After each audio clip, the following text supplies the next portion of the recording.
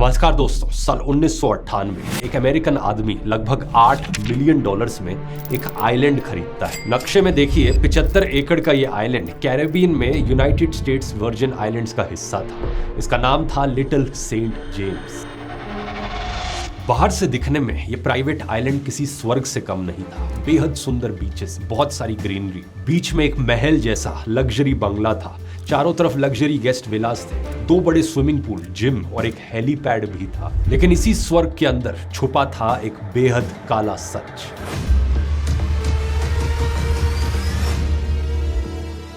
एक ऐसा सच जिसकी वजह से आसपास के आइलैंड्स में रहने वाले लोग इस आइलैंड को पीडोफाइल आइलैंड कहते थे। यहाँ 12 से 17 साल की नाबालिग लड़कियों की ट्रैफिकिंग की जाती थी और उन्हें सेक्सुअल अब्यूज किया जाता था। ये लड़कियां यहाँ से भाग भी नहीं सकती थी क्योंकि चारों तरफ समुद्र था। एक बार एक 15 साल की लड़की ने तैरकर भागने की कोशिश की, लेकिन उसे पकड़ लिया गया और उसका पासपोर्ट छीन लिया गया। सबसे हैरानी की बात यह है कि इस आइलैंड पर कौन कौन आया करता था। दुनिया भर के अमीर लोग, अरबपति, बिलियनियर्स और फेमस सेलिब्रिटीज। इनमें कई बड़े बड़े नाम शामिल हैं। ब्रिटेन के prince Andrew, scientist Stephen Hawking, comedian Chris Tucker, न जाने कितने पॉलिटिशियंस और बिलियनियर्स इस आइलैंड पर आए थे। इनके लिए यहाँ पार्टीज ऑर्गेनाइज की जाती थी। लेकिन सवाल यह है कि इस आइलैंड का मालिक कौन था। इसका जवाब है एक नाम, जेफरी एप्स्टीन। एप्स्टीन एक जमाने में ब्रुकलिन में बच्चों को मैथ्स पढ़ाता था, एक स्कूल टीचर था। लेकिन किस्मत ने ऐसा खेल खेला कि करियर में आगे जाकर ये अचानक से अरबपतियों का फाइनेंशियल एडवाइजर बन गया। लगभग $60 करोड़ की संपत्ति इकट्ठी करके ये एक मल्टी मिलियनर बन जाता है। इसके दोस्तों में बिल क्लिंटन और डोनाल्ड ट्रंप से लेकर इजराइल के पूर्व प्रधानमंत्री एहुद बारक तक शामिल थे।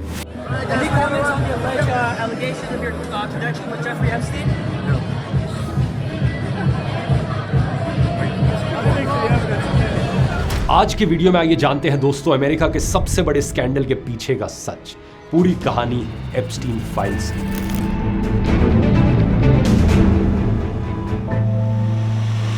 आज के दिन आपने नोटिस किया होगा दोस्तों कि कैसे आर्टिफिशियल इंटेलिजेंस हमारे लाइफ टाइम का single most important technological shift बन गया है। ये सारे बड़े बड़े बिलियनियर्स इससे एग्री करते हैं। The most profound technology humanity is working on really affect the future dramatically. Perhaps the most important foundational technology of our time. It is a renaissance.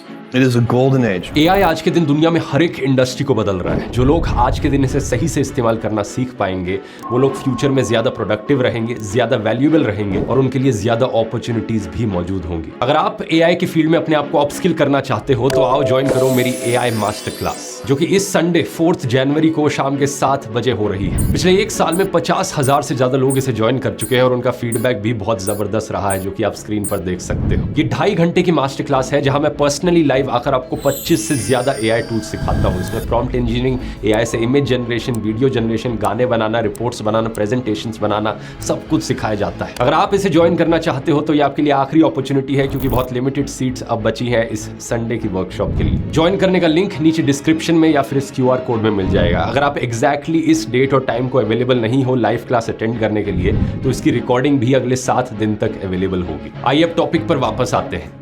Epstein island में जो कुछ चल रहा था, जो कुछ हो रहा था, वो काफी सालों तक छिपा रहता है। लेकिन साल 2005 में एक छोटी सी पुलिस कंप्लेन इस केस के लिए ट्रिगर बन जाती है। मार्च 2005 की बात थी। फ्लोरिडा में पाम बीच इलाके में एक 14 साल की लड़की और उसके पेरेंट्स लोकल पुलिस स्टेशन में कंप्लेन दर्ज कराते हैं। लड़की बताती है कि रॉयल पाम बीच हाई स्कूल में उसके साथ पढ़ने वाली एक क्लासमेट उसे एक अमीर आदमी के घर ले गई थी। उसे बोला गया था कि बस मसाज देनी है और इसके $200 से $300 मिलेंगे। लेकिन वहां पहुंचकर कुछ और ही हुआ। एप्स्टीन उस लड़की से सिर्फ एक टॉवल पहने हुए मिलता है। वो लड़की को अपने कपड़े उतारने को कहता है और फिर उसे मोलेस्ट करता है। जब पुलिस ने पहली विक्टिम से पूछा कि क्या कोई और लड़की भी है जिसे तुम जानती हो जो एप्स्टीन के यहाँ गई हो, तो उसने 2 नाम दिए। उन 2 लड़कियों से बात करी गई तो 2 और नाम सामने आए और फिर उन 2 से बात करी गई तो 2 और नाम सामने आए। पुलिस वाले देखकर हैरान थे। ये चेन रुक ही नहीं रही थी। पुलिस जब तक एक विक्टिम को ट्रैक करती 2 और सामने आ जाती। कुछ ही महीनों में पाम बीच पुलिस चीफ ने 35 विक्टिम्स की पहचान कर ली थी और दर्जनों विक्टिम्स को अभी ट्रैक किया जा रहा था। इसमें सबसे दिल दहला देने वाली बात यह थी कि हर लड़की की कहानी एग्जैक्टली सेम थी। सबको मसाज का बहाना बनाकर बुलाया गया था। She led me up a staircase and we made a right into Jeffrey's room and Jeffrey laying naked on the massage table. ज्यादातर विक्टिम्स 13 से 16 साल की लड़कियां थी और गरीब परिवारों से आती थी। कईयों के पेरेंट्स भी नहीं थे, वो ऑर्फन्स थी, तो उनके लिए कोई सुनने वाला भी नहीं था। I really wanted this job, so I opened up to them. I said, look, this is an opportunity of a lifetime for me. I've been on the streets, I've been abused, and that's the worst thing that I could have done. Because I just let them know that I'm vulnerable and I'm their perfect type. Police ने देखा कि ये कोई छोटा मोटा case नहीं है, ये एक प्रॉपरली ऑर्गेनाइज्ड पिरामिड स्कीम थी। हर लड़की को नई लड़की लाने के एक्स्ट्रा पैसे मिलते हैं, जिसके कारण एक लड़की दूसरी लड़की को लाती और दूसरी तीसरी को लाती। इसी तरीके से एक चेन बनी और इनमें से ज्यादातर लड़कियों की उम्र 18 साल से कम की थी। मई 2006 तक आते आते पाम बीच पुलिस ने एप्स्टीन के खिलाफ एक पूरा केस तैयार कर लिया था। केस इतना स्ट्रॉन्ग था कि जुलाई 2006 में FBI ने भी इन्वेस्टिगेशन शुरू कर दी, जिसे ऑपरेशन लीप ईयर नाम दिया गया। 53 पेजेस की रिपोर्ट बनी। फ्लोरिडा से लेकर न्यूयॉर्क, न्यू मैक्सिको तक विक्टिम्स के स्टेटमेंट्स लिए गए। एप्स्टीन पर केस इंटरनेशनल सेक्स ट्रैफिकिंग का लगाया गया। I was 16 years old. 17, 14 years old. This is me. This was me. This is me when I met Jeffrey Epstein. This is me when I met Jeffrey Epstein. 36 नाबालिग victims, दर्जनों गवाह, FBI की investigation और इतने भारी charges. Jeffrey Epstein जैसे आदमी को तो जिंदगी भर जेल में सड़ना चाहिए था।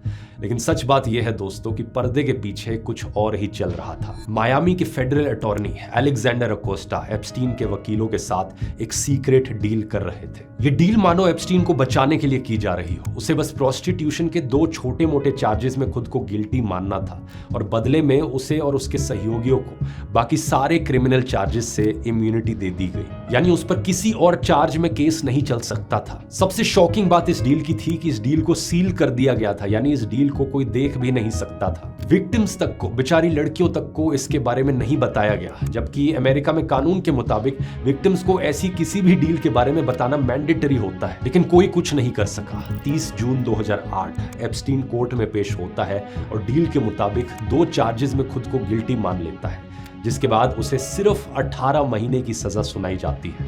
सिर्फ 18 महीने। इस सजा के दौरान एप्स्टीन को पाम बीच काउंटी जेल के प्राइवेट विंग में रखा गया। उसे हफ्ते में 6 दिन 12-12 घंटे के लिए अपने लग्जरी ऑफिस में जाने की परमिशन दी गई। ये इस लेवल की फर्स्ट क्लास जेल थी कि एप्स्टीन सिर्फ रात में सोने के लिए वहां जाता था।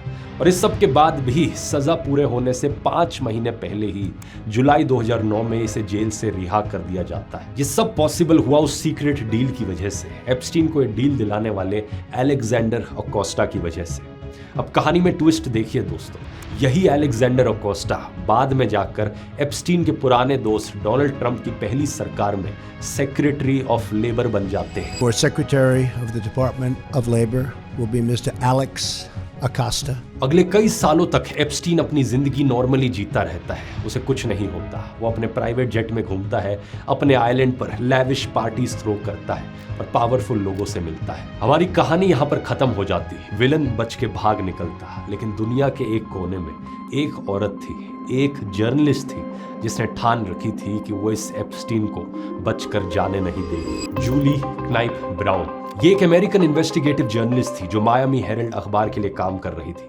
2009 में एप्स्टीन के रिहा किए जाने के बाद ये उस केस को क्लोजली फॉलो करती रही। सालों तक इस केस को स्टडी करने के बाद नवंबर 2018 में ये अपनी रिपोर्ट पब्लिश करती है। एक नहीं, 2 नहीं, बल्कि एक पूरी सीरीज ऑफ रिपोर्ट्स एप्स्टीन के अपराधों पर और कैसे सिस्टम ने एप्स्टीन को बचाया। जूली ने इसे परवर्जन ऑफ जस्टिस का नाम दिया। मीडिया में ये रिपोर्ट्स एक नया धमाका ले आती है। पब्लिक का गुस्सा जाग उठता है। एप्स्टीन के खिलाफ फिर से जांच करने की मांग उठने लगती है और इसी सब प्रेशर के चलते न्यूयॉर्क में एप्स्टीन के खिलाफ फिर से जांच शुरू हो जाती है। जूली ने अपनी इन्वेस्टिगेशन में 80 से ज्यादा पोटेंशियल विक्टिम्स आइडेंटिफाई किए थे। अपनी रिपोर्ट्स में उन्होंने 8 का इंटरव्यू लिया और उन्हें डॉक्यूमेंट किया। सबूत बहुत क्लियर था, इसलिए जुलाई 2019 में एप्स्टीन को एक बार फिर से अरेस्ट कर लिया जाता है। इस बार सीधा सेक्स ट्रैफिकिंग के चार्जेस लगे थे, जिनमें 45 साल तक की सजा हो सकती थी। लेकिन फिर आता है हमारी कहानी का दोस्तों सबसे बड़ा ट्विस्ट। 10 अगस्त 2019 एप्स्टीन जेल में मुर्दा पाया जाता है। that disgraced financier Jeffrey Epstein is dead. Epstein took his own life while he was behind bars facing charges of sex trafficking. Officially दुनिया को बताया जाता है कि एप्स्टीन ने एक बेडशीट का इस्तेमाल करके खुदकुशी कर ली अपने सेल के अंदर। लेकिन यहाँ हालात ऐसे थे जिसको लेकर कई सारे सवाल खड़े हुए। असल में बात क्या है कि एप्स्टीन उस रात अपने सेल में अकेला बंद था, उसके साथ कोई और कैदी नहीं था। और इत्तेफाक देखो कि उस रात जेल के कैमरास भी नहीं चल रहे थे, उनमें कोई टेक्निकल प्रॉब्लम्स थी, इसलिए इसका कोई वीडियो फुटेज भी मौजूद नहीं है जो दिखाता हो कि एक्चुअली में एप्स्टीन ने ये खुद ही किया हो। इसी कारण से कंस्पिरेसी थ्योरीज फैलने लगी कि एप्स्टीन ने यहाँ पर कोई खुदकुशी नहीं करी है, बल्कि उसका मर्डर किया गया है। The video was released by the Department of Justice to prove that no one entered Epstein's cell before he was found dead, and that he really did take his own life. But it's only fueling more conspiracy theories. कमाल की बात ये थी कि इन theories को फैलाने वालों में सबसे आगे थे डोनाल्ड ट्रंप के सपोर्टर्स। कुछ समय बाद खुद ट्रंप भी एक ट्वीट को रीट्वीट करते हैं जिसमें लिखा था कि एप्स्टीन ने आत्महत्या नहीं करी है, बल्कि उसके पास बिल क्लिंटन से जुड़ी सीक्रेट जानकारी थी, इसलिए बिल क्लिंटन ने ही उसकी हत्या करवा दी। ट्रंप के सपोर्टर्स में एप्स्टीन डिडंट किल हिमसेल्फ एक बड़ा पॉपुलर स्लोगन बन गया। 2024 अमेरिकन प्रेसिडेंशियल इलेक्शंस में डोनाल्ड ट्रंप इस चीज को एक बड़ा मुद्दा बनाते हैं। ये वादा करते हैं कि प्रेसिडेंट बनते ही एप्स्टीन की सारी फाइल्स पब्लिक कर देंगे। बार बार जब भी इंटरव्यूज में उनसे पूछा जाता कि क्या वो एप्स्टीन फाइल्स को डीक्लासिफाई करेंगे, तो ट्रंप जवाब देते, बिल्कुल हाँ मैं करूंगा। Would you declassify the Epstein files? Yeah, I would. January 2025 Trump दोबारा से इलेक्शंस जीतकर अमेरिका के प्रेसिडेंट बन जाते हैं। अब सबको इंतजार था कि ये एप्स्टीन फाइल्स कब रिलीज होंगी। ट्रंप के सपोर्टर्स खास तौर पर इस बात को लेकर सबसे ज्यादा एक्साइटेड थे। लेकिन जुलाई 2025 में ट्रंप सरकार के जस्टिस डिपार्टमेंट ने अनाउंस किया कि एप्स्टीन के क्लाइंट्स की कोई लिस्ट एग्जिस्ट करती ही नहीं है और अब कोई फाइल रिलीज नहीं होगी। फिर ट्रंप ने खुद भी यू टर्न ले लिया। एप्स्टीन फाइल्स को अब बोरिंग मुद्दा बोलने लगे, कहने लगे कि ये तो डेमोक्रेटिक पार्टी का होक्स है जो कभी खत्म नहीं होता। It's pretty boring stuff. Democrat hoax that never ends. Trump ने कहा कि एफबीआई को वोटर फ्रॉड जैसे जरूरी मुद्दों पर फोकस करना चाहिए और एप्स्टीन जैसे मुद्दे पर अपनी एनर्जी और समय बर्बाद नहीं करना चाहिए। चल झूठा।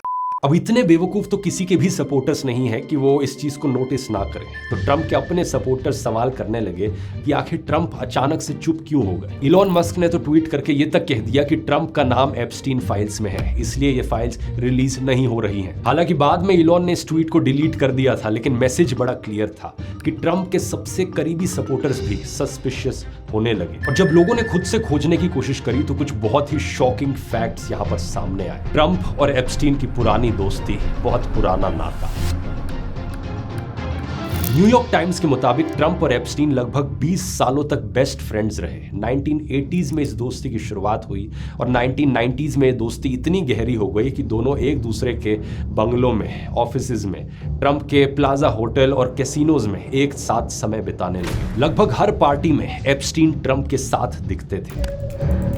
एप्स्टीन की एक एक्स एम्प्लॉय के मुताबिक 1990s में ट्रंप और एप्स्टीन हफ्ते में कम से कम 3 बार बात करते थे फोन पर। कई बार एप्स्टीन ट्रंप को स्पीकर पर रखकर ऑफिस में बात करता था। इस बातचीत में ट्रंप एप्स्टीन के सामने शेक ही मारते थे कि उन्होंने किस महिला के साथ क्या किया। मॉडल स्टेसी विलियम्स के मुताबिक ट्रंप और एप्स्टीन के लिए महिलाएं ट्रॉफी की तरह थी। स्टेसी ने आरोप लगाया कि 1993 में जब वो एप्स्टीन को डेट कर रही थी, तब एक दिन वो उसके साथ ट्रंप टावर गई, जहां ट्रंप ने उन्हें अपनी तरफ खींचा और उनको गलत तरीके से छुआ। एप्स्टीन ये सब होते हुए देख रहा था और स्टेसी के मुताबिक एप्स्टीन को ये पसंद आ रहा था कि उनके पास एक ऐसी मॉडल है जिसका ट्रंप पीछा कर रहे हैं। इसी तरह एक दूसरी विक्टिम के मुताबिक जिन पार्टीज में एप्स्टीन उन्हें दूसरे मेहमानों के साथ संबंध बनाने के लिए मजबूर करता था, उन पार्टीज में ट्रंप भी मौजूद रहते थे। ट्रंप एप्स्टीन के प्राइवेट जेट्स में भी ट्रैवल करते थे, जिन पर अक्सर एप्स्टीन लड़कियों को सेक्सुअली अब्यूज करता था।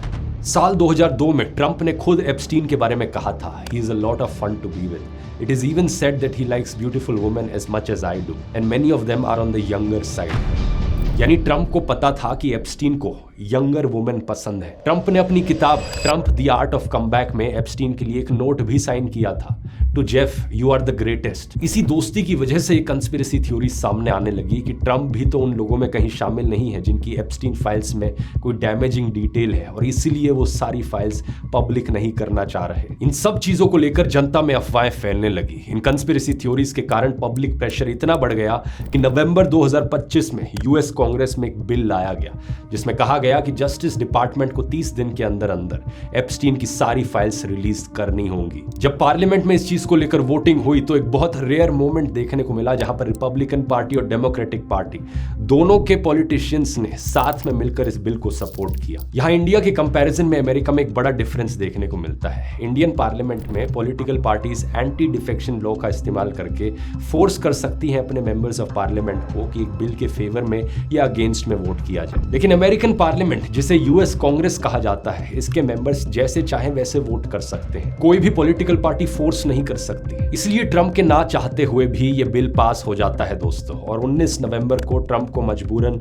इस बिल पर साइन करना पड़ता है। कुछ ट्रंप सपोर्टर्स एक्साइटेड थे कि फाइनली बिल क्लिंटन एक्सपोज होंगे और सालों से जो कंस्पिरेसी थ्योरीज चल रही हैं अब उनका सबूत मिल जाएगा। लेकिन जब 19 दिसंबर का ये दिन आया, जस्टिस डिपार्टमेंट ने सिर्फ कुछ हजार फाइल्स ही रिलीज करी। फिर 23 दिसंबर को 30,000 और डॉक्यूमेंट्स रिलीज किए जाते हैं, लेकिन ये डॉक्यूमेंट्स बहुत हेविली रिडैक्टेड थे, यानी कि आधी से ज्यादा चीजें इनमें छिपाई गई थी एक ब्लैक मार्कर का इस्तेमाल करके। समझ पाना आसान नहीं था कि कहां पर क्या कहा जा रहा है इन फाइल्स में, लेकिन फिर भी लोगों ने जब इन्हें डिटेल में पढ़ा तो इन फाइल्स में जो निकला वो क्लिंटन के बारे में कम था और डोनाल्ड ट्रंप के बारे में ज्यादा था। बार बार एप्स्टीन फाइल्स में डोनाल्ड ट्रंप का नाम सामने आया। एक ईमेल के मुताबिक ट्रंप ने एप्स्टीन के प्राइवेट प्लेन से 8 बार ट्रैवल किया। वही ट्रंप जो हमेशा कहते थे कि वो कभी एप्स्टीन के प्लेन में नहीं बैठे हैं। इसी तरह एक रिपोर्टर को भेजे गए एक दूसरे ईमेल में एप्स्टीन ने लिखा था ट्रंप को लड़कियों के बारे में पता था क्योंकि उन्होंने मैक्सवेल से ये सब बंद करने को कहा था। यानी एप्स्टीन के मुताबिक ट्रंप जानते थे कि क्या हो रहा है, लेकिन फिर भी वो चुप रहे, पुलिस को नहीं बताया। नए खुलासे तो सबसे ज्यादा हैरान कर देने वाले हैं। एफबीआई को आया एक कॉल। ये कॉल एक लेमोजीन ड्राइवर ने 2020 में यूएस प्रेसिडेंशियल इलेक्शन से ठीक पहले 27 अक्टूबर 2020 को किया था। इस ड्राइवर ने एफबीआई को बताया कि 1995 में जब वो ट्रंप को टेक्सास एयरपोर्ट ले जा रहा था तब ट्रंप फोन पर जेफरी बोलते हुए किसी लड़की को अब्यूज करने की बात कर रहे थे। कॉल रिकॉर्ड के मुताबिक 4 साल बाद 1999 में ड्राइवर ने जब ये बात एक महिला को बताई तो वो एकदम शांत हो गई और फिर उसने कहा ट्रंप और एप्स्टीन ने मेरा रेप किया था। इस महिला ने ड्राइवर को बताया कि कोई लड़की उसे एक फैंसी होटल या बिल्डिंग में लेकर गई थी जहां उसका रेप किया गया। उसके अलावा इन एप्स्टीन फाइल्स में एक और डॉक्यूमेंट था, एक लेटर जिस पर जे एप्स्टीन साइंड था। ये लेटर सेक्स ऑफेंडर लैरी नसार को लिखा गया था। इसमें लिखा था हम में एक चीज कॉमन है, यंग लेडीज के लिए हमारा प्यार। हमारे प्रेसिडेंट भी हमारी तरह यंग गर्ल्स से प्यार करते हैं, लेकिन हमें जेल में खाना खाना पड़ रहा है और वो प्रेसिडेंट है। लाइफ बहुत अनफेयर है। 2019 में जब ये लेटर लिखा गया था तब ट्रंप अमेरिका के प्रेसिडेंट थे। और सबसे इंटरेस्टिंग चीज ये है कि जस्टिस डिपार्टमेंट जिसे एक गवर्नमेंट बॉडी की तरह न्यूट्रल रहना चाहिए, वो ट्रंप के पर्सनल लॉयर की तरह बिहेव करने लगा। इन रेप एलिगेशंस को अनट्रू और सेंसेशनल बताया गया। इसी तरह लेटर को फेक बोल दिया गया बिना कोई रिपोर्ट दिखाए। वो ट्रंप जो चुनाव से पहले एप्स्टीन फाइल्स को एक चुनावी हथियार बना रहे थे, आज खुद उसी में फंस गए हैं। The list of clients that went to the island has not been made public. The Epstein thing. But yeah, I'd be inclined to do the Epstein. I'd have no problem with it. जो conspiracy theories उनके supporters फैला रहे थे अब वो उन पर ही भारी पड़ रही हैं। लेकिन इस पूरी कहानी में एक और ट्विस्ट है दोस्तों।